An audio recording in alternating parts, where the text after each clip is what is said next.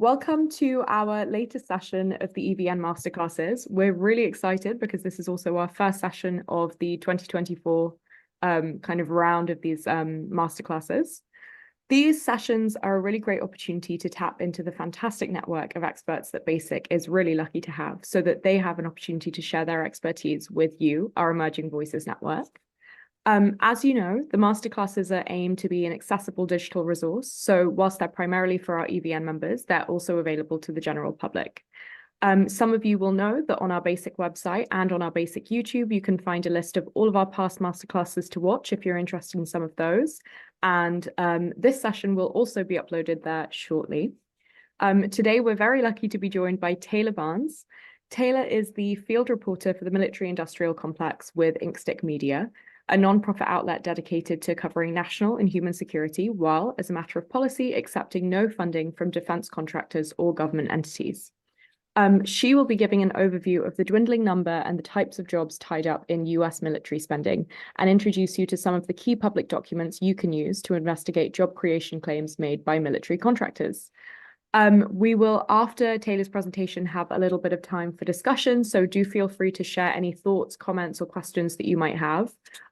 We hope that it's super interactive and we can just kind of dive into some of what's been discussed. And with that, I guess I will hand over to Taylor. Thank you so much, Taylor, for joining us today. Thank you all very much. I've been looking forward to this. Just repeating, I'm the field reporter for the military-industrial complex with Inkstick Media. And just to sort of give you some personal background of my journey to this beat, I've been a journalist, my whole career. And I'm a child of the Great Recession. And so job security, job creation is an area of big interest for me. And I think everyone in my generation.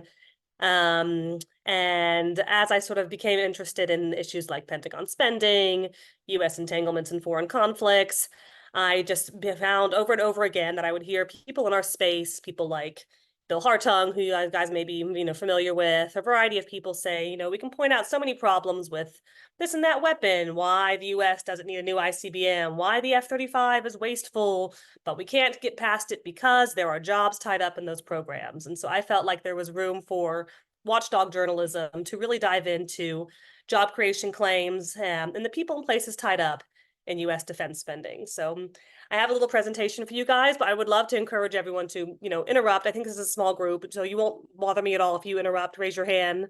Anahita, feel free to call on anyone because I'd love for it to be interactive. So thank you very much. Let me guys know if this looks right to you guys. Here we go. Then start our slideshow. Thank you. So yeah, I'm going to give you just some of the lowdown of this beat and how I came to it.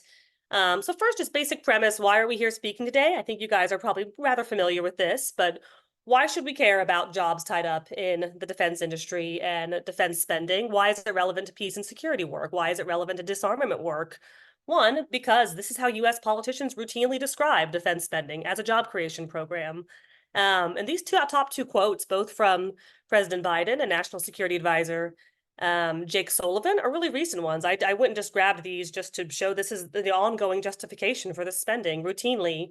I know we have people outside the US and people, I believe, also from the US. But of course, Congress holds the power of the purse. Each member of Congress represents a state or an individual district.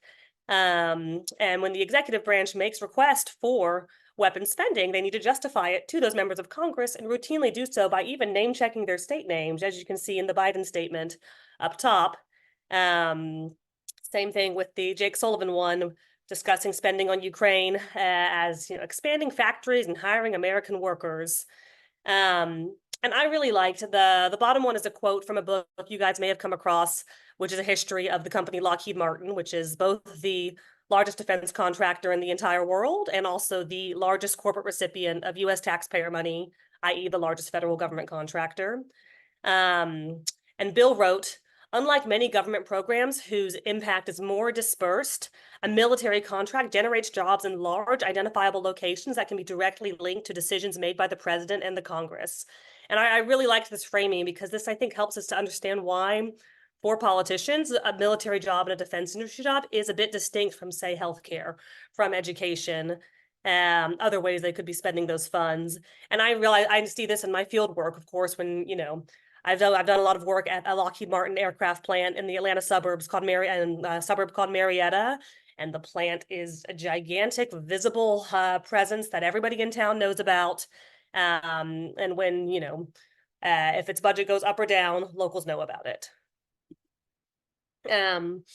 I also like this. This was from a defense policy researcher in a book about former military sites and how to ever repurpose them for anything other than their military use.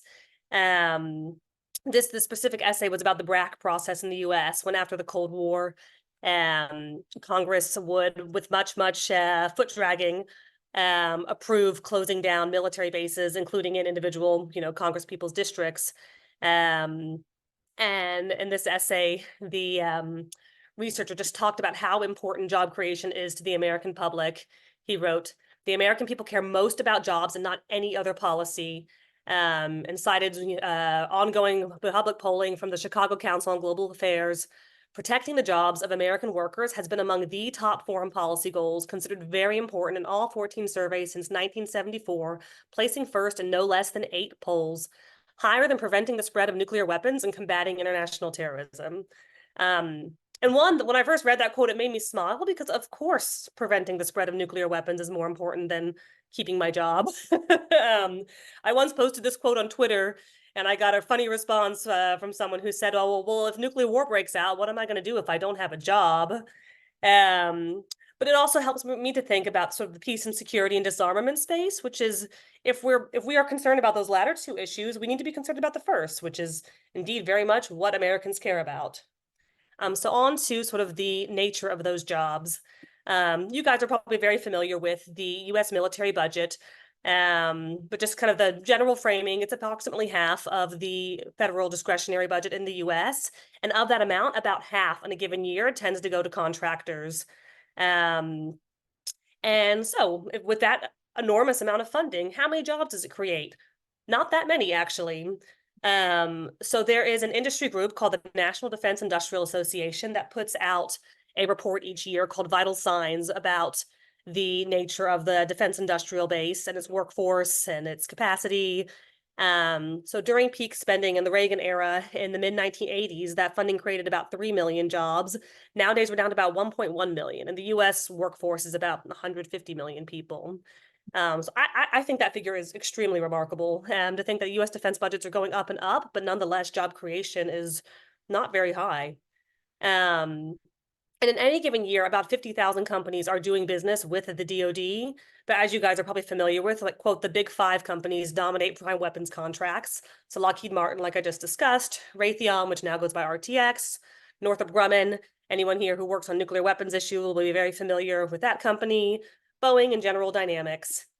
And I did an investigative piece on this last year, but there has been sort of an impression that is very out of date that defense contractors are, quote, highly unionized. And that was indeed the story in the Cold War. In the 60s and the 70s, these were major manufacturing shops that indeed had high levels of unionization. And nowadays, those companies have, you know, bust their unions in a variety of ways. So union rates range from as low as just 4% at Northrop Grumman, which I found astounding. That's lower than the economy-wide average in the U.S., to 32% at Boeing. Just to show you the drop over time, Lockheed unionization was 69% in 1971 and 19% in 2022. And those figures come from an SEC form I'll talk a little bit about more, called a Form 10K, which for a publicly traded company, it's called an annual report in which the company has to give information about their business activities to investors and potential investors. The big players among the unions that do exist, even though they are a minority amongst the defense workforce, are the machinists. That is by far the largest union in the defense industry, the steel workers, which you'll often find in shipbuilding, and the UAW, which I found in several scattered shops. So yeah, this is a graphic we put together at Inkstick of union rates from the mid-90s to modern day. And that mid-90s start point is because that's when the data was regularly reported to the SEC on those Form 10Ks. And so you can see the pretty clear downward trend. There can be little bumps up and downward, which often have to do with mergers, acquisitions. But I hope that, seeing it over that, that lengthy time period can also illustrate, even from the mid-90s, and that's not even their heyday, that union rates have, been trending downward. And I'll talk about some of the factors at play. So this is the union for the Lockheed shop I mentioned, the aircraft plant in the Atlanta suburbs called Marietta. It makes a variety of aircraft, but its sort of flagship product is the C-130, which is a cargo plane. The plane that was used to, for example, evacuate people during the fall of Kabul when the U.S. Ended the Afghan war. And in their heyday, the union tells me, they easily had 30,000 people meeting in their auditorium for 3 days on a row to vote for union leadership. Nowadays, their membership is under 2,000. They lose workers to other major employers in the area like Delta for a variety of reasons. And on a given, they have monthly meetings. I attended one of their Saturday meetings that they say attract about 24 people, as you can see right here. So a little bit more just about the, who is in that defense industry workforce. On that same SEC form, 10K, the defense contractors began in recent years reporting their demographics, which is pretty remarkable. So not a single one of those top 5 defense contractors has a workforce that's more than 25% women, which I find really remarkable. I did an investigative piece about this and spoke with women at major contractors. Women make up almost half of the U.S. workforce, and these are all the largest corporate recipients of U.S. taxpayer money. It seems remarkable that they are, very much underemploying women. Same goes for workers of color, approximately a third at those big top 5 defense contractors. What's also remarkable, according to those same figures from the National Defense Industrial Association, you would think, okay, maybe the number of jobs have dropped, but of the jobs remaining good, no, the average compensation has gone down over time. That's inflation-adjusted average compensation from the NDIA. And I like emphasizing geography when we talk about the military industry, because all taxpayers pay for it. However, it is not evenly spread out across the country. There are nodes and there are hubs for defense contracting. The absolute top most important, I'm about saying most important, but a very important one being the Dallas-Fort Worth area, which is where the F-35 is produced. Washington, D.C., as you can all imagine. St. Louis has had a lot of focus lately because its Boeing plants make several of the high-profile weapons that Israel has been using in its war. Huntsville, Alabama is a place I love reporting. That's the town whose sort of origin story or important sort of moment in its history as a weapons town was when the U.S. brought over former Nazi scientists from Germany, like Werner von Braun, who would then go on to both make intercontinental ballistic missiles, but also, contribute to the space program and space exploration. So here I also wanted to just give you these are some of the documents you can use to kind of get a local feel for who are the major defense contractors in a given area. So there's an office at the Pentagon that used to be called the Office of Economic Adjustment, which, as its name suggests, would have been an office to guide communities that were having to wean themselves off of Pentagon spending in some way, like maybe their weapons contract got canceled or maybe their base shut down. In recent years, however, it's been renamed the Office of Local Defense Community Cooperation and seems to indeed have shifted its focus instead to just simply supporting the towns across the U.S. That have an economic dependence on Pentagon spending. However, each year they produce a very nice resource that I use a lot, which are state profiles, where you can see the total amount of defense spending, you can see total amount of personnel, all the major hubs, top contractors, and a stat that's always very interesting for me, which is not just the amount of defense spending in the state, but also how reliant that state is. So for example, a state like California, sure, has a ton of defense spending. California is, by far the most populous state in the US. But I'm interested in states like Alabama and Mississippi, which are poor states that very heavily rely on military spending for their GDP. So that reliance as a percentage of GDP is included in those state profiles. The next document I use a lot as well, you can find it on the DoD Comptroller's site called Program Acquisition Cost by Weapons System. And it sort of gives you an official description. It's almost like a catalog of all the major weapons the U.S. is purchasing. And it tells you the main manufacturing location for that weapon. So if I want to know sort of what's the geography of the new intercontinental ballistic missile, I can, go through and be like, okay, this is the main manufacturing location is in Utah. Here's the official address for it. And finally, that last map that I sent, it was put together by an Air Force veteran who does independent research on defense contracting, and he went through SEC filings to find all of the addresses of top manufacturing locations for the top 6 military contractors, wrote a brief description of what it does now and what could be a potential civilian use for each. Maybe I'll stop now. Does anyone want to comment? Have any questions? Shall I continue? I would say maybe, unless there are any immediate questions, if you keep going and then we can do kind of like a debrief at the end. Yeah. Amazing. Thank you. Thank you. I hope you guys are enjoying. So some of the labor trends, what's playing out to sort of affect this workforce of 1.1 million people that I mentioned. I should go back and mention that 1.1 million number. That's not an individual headcount. It's not, here are the names of, here's the entire workforce. It's a macroeconomic calculation that the NDIA did based on manufacturing codes, which they correlated to do at DoD spending, because there are plenty of people within what we call the defense industry who have hybrid roles. Like if you work at Pratt & Whitney making aircraft engines, you may be dividing your time between making engines for the F-35 and also for, business planes and, private aircraft, which they also do. So anyhow, just kind of want to clarify what that 1.1 million sort of represents, which is both some, some workers who are purely in the defense industry and those who also have hybrid roles. So some of the labor trends that are undermining, the defense industry workforce, shifts into right to work states. I did an expose on this last year by tracking top contractors and their relocation announcements. There's 2 trade magazines, one called Site Selection, one called Area Development, which tracks the world of corporate relocations and manufacturing relocations, which very often are in the search of, cheaper and cheaper labor. Subcontracting, the union in Marietta has spoken with me extensively about this, that the way the company that Lockheed chipped away at their union over time would be to just subcontract each little function out. So one day it's the firefighters who, would respond whenever a plane caught fire. Then it would be the nurses on staff for worker injuries, and it would be the groundskeepers as a way to just chip away at their bargaining unit, but without one major union bust that sort of grabbed political attention. Weak Buy America protections. I find this pretty remarkable. The machinist union complains about it a lot. And will advocate for the domestic content and weapons to be increased from 55% to, I believe the number they asked for is like 60 or 70% or something. But what it shows is that a lot of defense spending isn't even creating American jobs.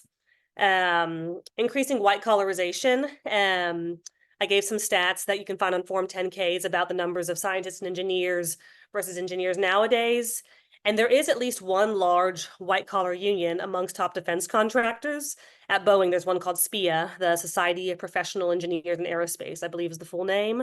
But in general, the white collar workforce, many of whom will aspire to become in management, are not part of the unionized workforce. And a final one, 2-tier contracts. This is something that got a lot of attention in the United Auto Workers labor disputes and strikes that I imagine you guys followed. 2-tier contracts would be when, for basically the olds, are grandfathered into a favorable contract with pensions, higher hourly rates, etc. And the younger people, when they're hired on, everything is the benefits are worse and the pay is worse.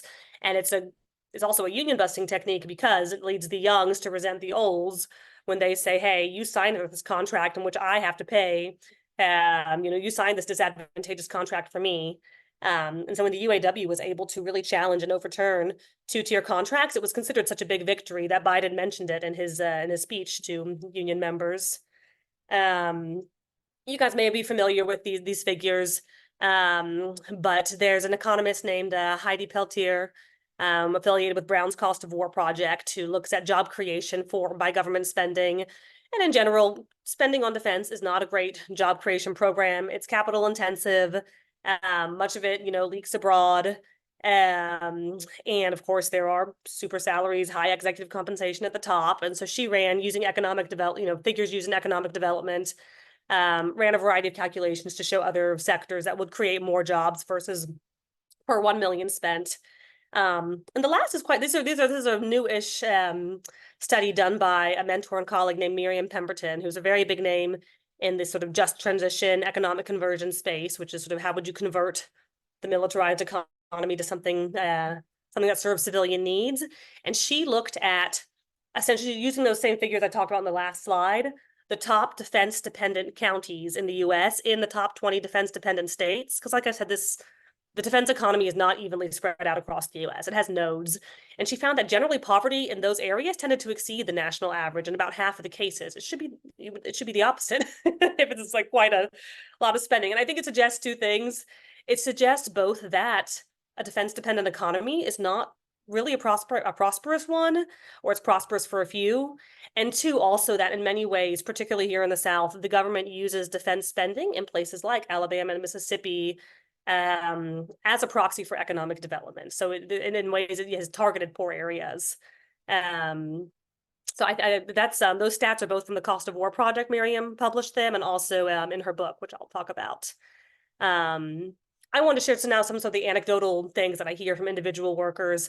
I put these in a recent newsletter of mine. I think it's important for people in our space, rather than to just sort of be, derisive about who works in the defense industry, to really understand and empathize with why people do that. And I wanted to share some of the stories I've heard recently. I attended a retiree group for Lockheed workers in Marietta, and there's just tremendous economic mobility that happened in the past, at least, through defense contractors. And I think that just needs to be, acknowledged, because this was a precious ticket to the middle class for many people.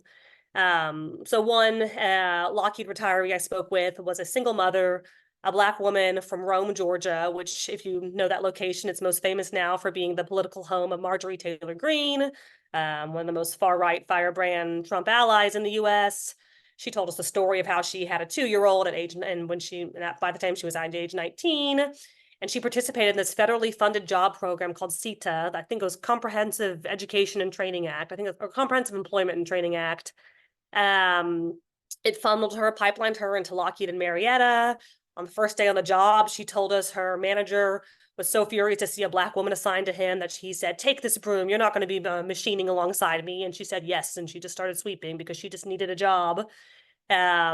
She stuck it out. She rose to shop steward within the union to labor grade 12, earned a pension, would go along to do sort of entrepreneurial ventures alongside her husband with that base income. And nowadays, of course, lives the retiree life of a middle class person due to that history. We spoke with another man who was also extraordinary. He was Black. He had started Lockheed. He had been doing odd jobs, and despite having a high school degree, he was illiterate. He told us he had a 3rd grade equivalent education. And Lockheed hired him as an aircraft painter, but he knew he could get a much better job if he took blueprint reading classes, which would allow him to become a quality inspector.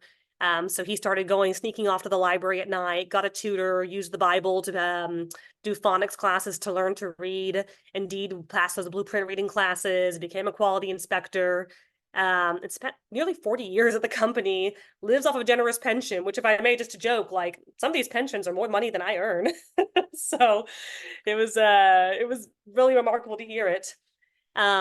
We had a really fun conversation with the secretary of the union, who was the daughter of a famous labor leader internally, who really, I'll post the full story we wrote about it, who, talked about sort of the great old days of, the unity of Christmas parties, of wearing heels to the Christmas party where workers played instruments in the aircraft plant and brought your kids, and how things have just so radically changed with the union busting. And who said, now I would never recommend working there. That's how much it's changed. So I said I wanted to walk you guys. This is more just for your awareness and just to sort of enjoy. Contractors love talking about how many jobs they create, and they'll put out their own marketing materials. I heard once from a Marine veteran in DC who does watchdog work on the defense contracting world, that he snuck into a Lockheed Martin marketing event where they were literally passing out maps to congressional staffers. So you could say, look, here is your district, here is your state, here's how many jobs we claim. So the role of a watchdog, the role of a journalist should be to do some sort of a fact check on that.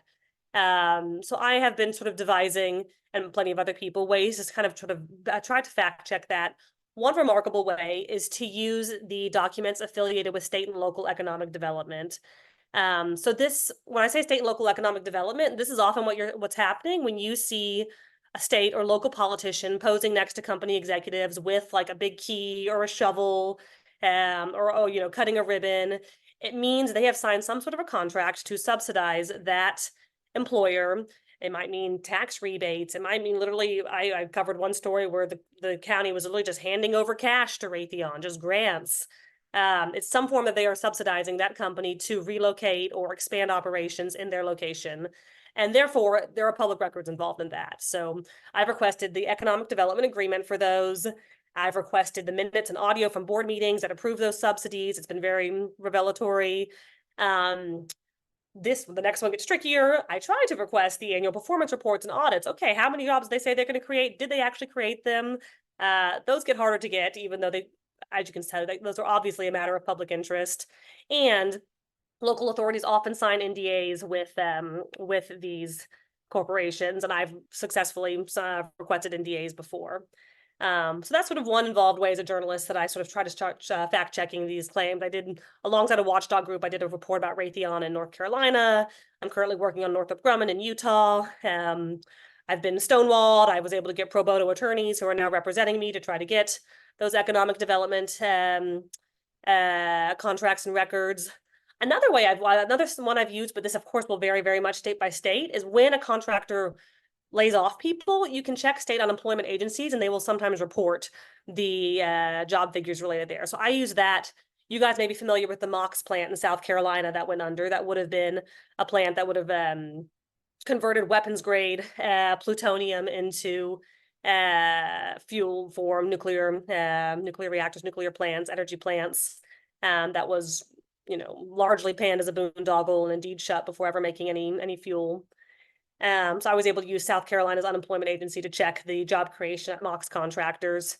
And those Form 10Ks that I mentioned. For a publicly traded company, you can basically find it on a given corporation's investor relations site or on the SEC's website as well. This slide was actually written by a mentor of mine named Miriam Pemberton that I mentioned earlier, who's sort of a very well-known and remarkable, and I just love her work, scholar in the world of defense spending and workforce and job creation. And this is just to show, I mean, I'm not going to read through all of them, but it's just labor leaders themselves have often contemplated how shall we transition our defense dependent workers to civilian sectors, to a civilian future. This happened, of course, towards the end of the Cold War. These labor-led conversion efforts she mentions are quite interesting. It's when not just, the consultant class came together to imagine what given workers could do, but workers themselves offered suggestions of what their plan could do. Miriam has a nice profile of this Unisys plant, which made something like electronics, I believe, for submarines, and which, labor leaders would poll workers and say, what other kind of products could you be making at this plant? And very remarkably, I mean, this idea is resurfacing, and most recently, the United Auto Workers, which you guys might have seen, endorsed a ceasefire alongside several other unions, and announced a just transition working group, which would be for them to imagine what their shops that are tied up in weapons spending could otherwise be doing. This case study comes from Miriam's book, which I'll mention at the end. It's a fantastic recent book. She went to 6 locations across the country that depended on defense spending to look for any stories or any insight into how economic conversion can be carried out. And she found a really great case story in Binghamton, New York, at BAE Systems, where workers in the 90s figured out how to adapt a fighter jet hydraulic system to become a drivetrain for hybrid electric buses, which are nowadays driving around several major cities. But as Miriam will often emphasize, this is great, and it's great to highlight these stories, and it's very innovative. And until federal spending changes, these are going to be very exceptional marginal stories, as opposed to widespread ones. She also has a great chapter about the Southern California aerospace industry. When thousands upon thousands of workers who were laid off when the Cold War ended, and California's attempts to develop an electric car industry, which did not take off at the time for reasons that have been documented elsewhere, and it would have been contingent on retraining laid off aerospace workers for jobs in that new industry, which is a more sort of macro approach to redeployment of the workforce. So very basic, as you guys know, what would be needed for such a just transition to occur, or for defense workers to be able to be employed in, the new, the green economy, both cutting the military budget and more green industrial policy to fill the void. And what is remarkable, and I hope hopeful now, is that the difference between the period that Miriam has documented in her book and that she was active in, even though she's still active in this space, is there's indeed much more greater urgency around the climate crisis and much more political will and already industrial policy related to the climate crisis. And on an anecdotal level, in my own individual work, speaking with defense workers, I've just never met a defense worker who says, I entered this industry to make weapons, that I'm so motivated by that. Like, I will come across patriotism and, people who are proud to be supporting the troops. But always what people are most animated by, going back to some of our first slides, is job security and being part of a skilled technical workforce that, doesn't feel like you can be here today, gone tomorrow. That you are a key part of, that you have some job security because of your skill. Remarkably, I mentioned this because the UAW announced that Just Transition Committee, but they have a shop in Wisconsin called Oshkosh Defense that largely makes tactical vehicles, but have ran a campaign in recent years when the company actually won a contract to make postal service vehicles that were being electric or fuel efficient ones. And the union was very upset because the company actually wanted to send the contract to South Carolina, which is it's kind of notorious in the labor world. It's the lowest unionization rate in the entire US. Nikki Haley, who's now running for president, and he used to be the governor, would say, I kick organized labor out of my state with my heels. She likes making her high heel jokes. Anyhow, so Oshkosh Defense ran unsuccessfully a campaign to tell the company, make those postal service vehicles here for us, which I think emphasizes that workers want good jobs, they want stable jobs, they want, they want to be part of that skilled technical workforce, not necessarily mega weapons and military equipment per se. Another great example of this, which is detailed in my story, is the diversification of the machinist union. So I've said they're the largest union in the defense industry. However, of their 600,000 members, about 60,000 are in defense. That's not even, it's about 10%. And they have diversified, like many unions are, into areas like representing library workers, healthcare technicians, legal aid nonprofits. So I think that shows sort of that times are changing. Now then, these are some of my favorite books on the beat, and I'll just kind of run through them pretty quickly. If you have an interest in this topic, job creation, jobs tied up in defense spending in the US, there's just no better book to read than Miriam's recent one. I think it's about 2-ish years old, 6 Stops on the National Security Tour. It's wonderful. It's kind of both give you a bird's eye view and then dive into nice anecdotes in military dependence towns across the US. I think some people on this call probably have an interest in nuclear weapons and the new ICBM, The Missile Next Door, wonderful book I love, about the communities that live amongst ICBM silos and sort of initial opposition to doing so, eventual, economic dependence on that. Making a Real Killing, also one in the nuclear weapons world. I love this book. It's about the Rocky Flats plant in Colorado, which you guys might know was eventually raided by FBI agents for environmental crimes, for dumping waste, in an area not far from residential properties. It also has some really extraordinary descriptions of just labor abuses there, of really unsafe contact with radioactive materials. Cold War Dixie, I love this one, another nuclear weapons book about the Savannah River site in South Carolina, really about the use of massive federal spending on weapons to develop, if you will, a rural corner of the state. Homefront by Catherine Lutz is about the United States' largest military base, Fort Bragg, nowadays known as Fort Liberty. She has a quote in the book that I like a lot, where she talks about how, it's not just the individual service personnel and their families on the base who economically rely on it, but this, a whole local economy around it.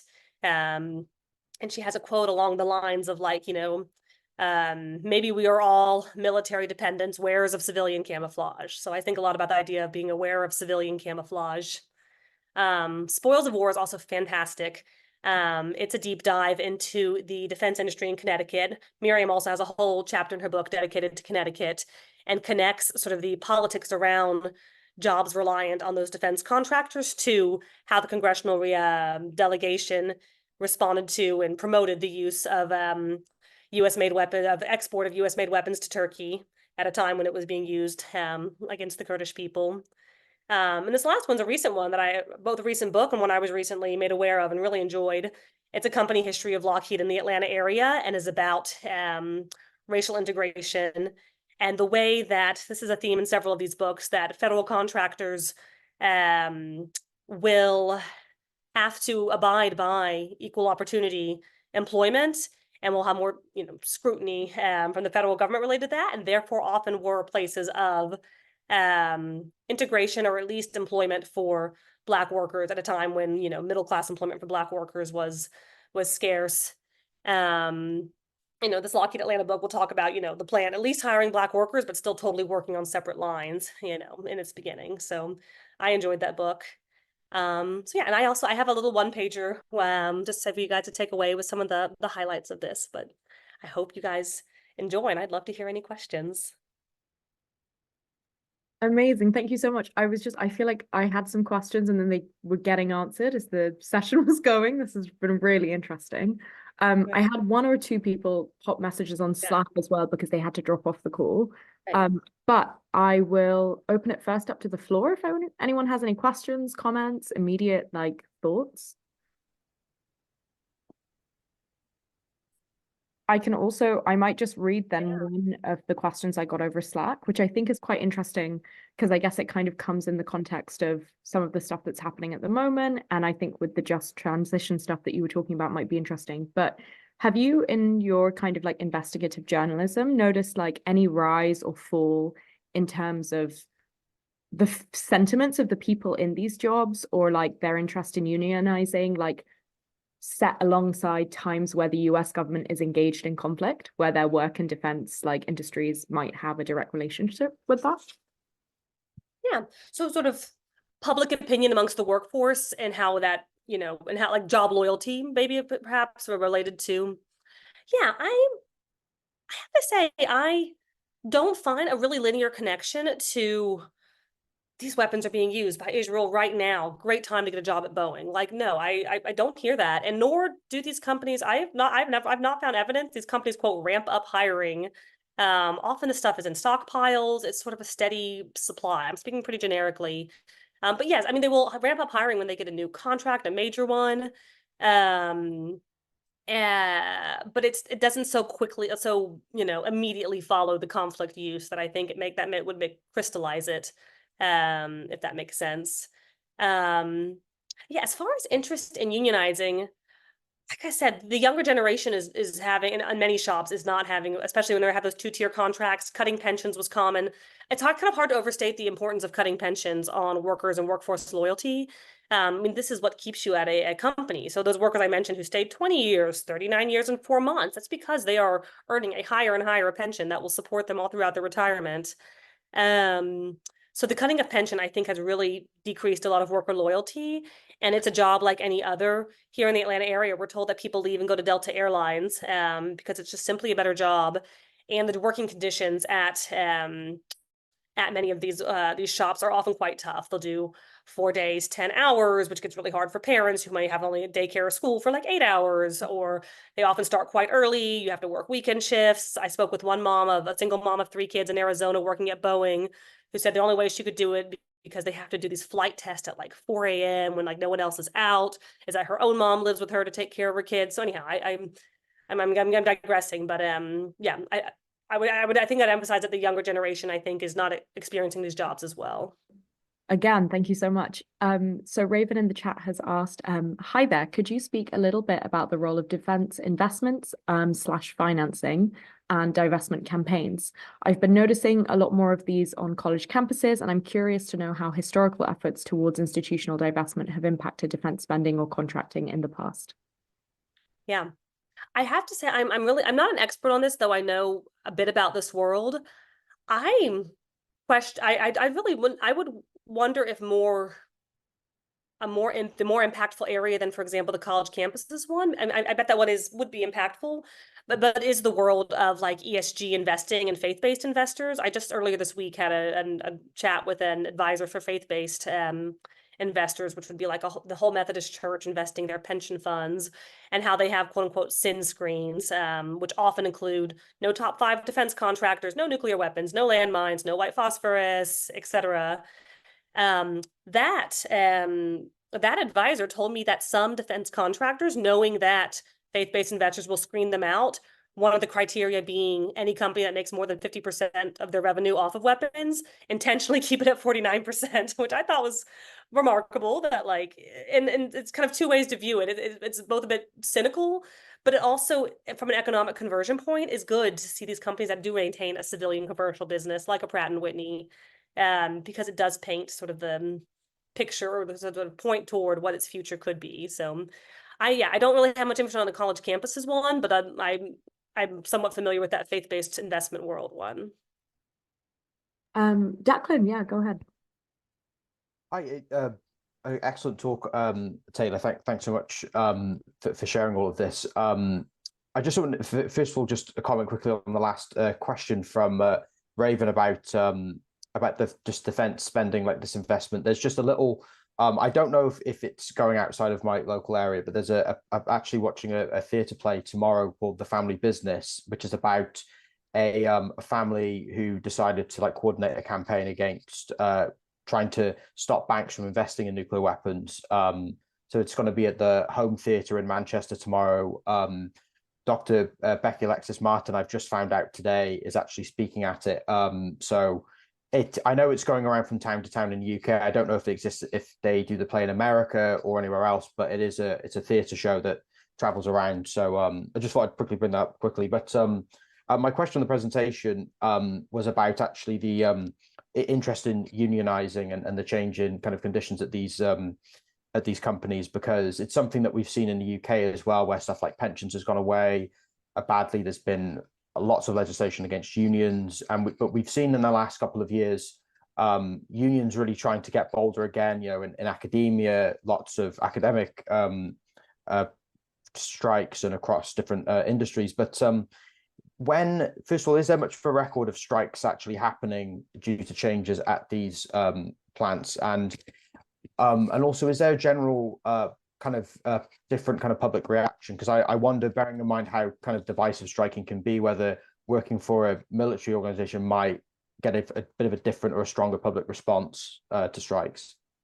Yeah. Thank you for that question. And thank you also for them mentioning the play. I'll go back and mention in a second one thought I had on that. As far as strikes, I have come across them pretty occasionally. I wouldn't say they're frequent, but I have come across them around contract talks. And I'm glad you asked that sort of public perception question. Like, does the public see this as, quote, extra bad in a way that's like, hey, you're building the arsenal of democracy, you can't go on strike? Because I actually did hear a fun, amusing story about that from the Lockheed Union in Marietta, when I was told that around Iraq wartime, when they had contract strikes, they were on strike for, I believe, a matter of days or something. And they said sort of a local right-wing talk radio host who was pretty influential in the Atlanta area reported on it and said, our boys are dying over in Iraq and these Lockheed workers won't even show up to their jobs, and how much how much they resented being presented in that way. And that was indeed sort of one popular local radio host, how he described it. I was thinking when you mentioned the theater play, the theater production, I was just thinking sort of like local campaigns and how they can influence the behavior of these contractors. There is a pretty remarkable, I can put a link in the chat or send it out afterward, campaign that has targeted Boeing in Illinois, which, if you're sort of familiar with, activism in the US, Chicago is a pretty big hub for activists. And they had one of the remarkable wins I remember was getting Boeing, they took credit for Boeing not requesting its economic development subsidies in a given year. It was going to be several $1 million. And so it was pretty remarkable. And I believe it went down to both, protesting activism and them also going after their public records. So I will say the amount of people I have in my inbox who say, Taylor, I want to, scrutinize the defense contractor in my town. What documents can I go after? And they're the first person who's ever even requested the economic development agreement. And I just think I think a lot of these contractors think no one's going to go after that, and people are learning over time that that's sort of a fruitful public record space. Thank you so much. Again, to anyone else who's on the call, if you'd like to just like pop your hand and jump in, please do feel free to. I might read the other message that I got on Slack from someone who hopped off, and then another question. Actually, around the kind of the availability of jobs, have you seen, or do you get a sense that maybe like the development of emerging technologies and maybe some of these jobs not needing people anymore is like changing some of these trends, maybe even like could be used to strengthen things like disarmament narratives, that kind of thing? Yeah. No, I think absolutely. And I have to say, this conversation is useful for me because it reminds me of sort of what I should be reporting and synthesizing, because I do hear anecdotes about this in the field.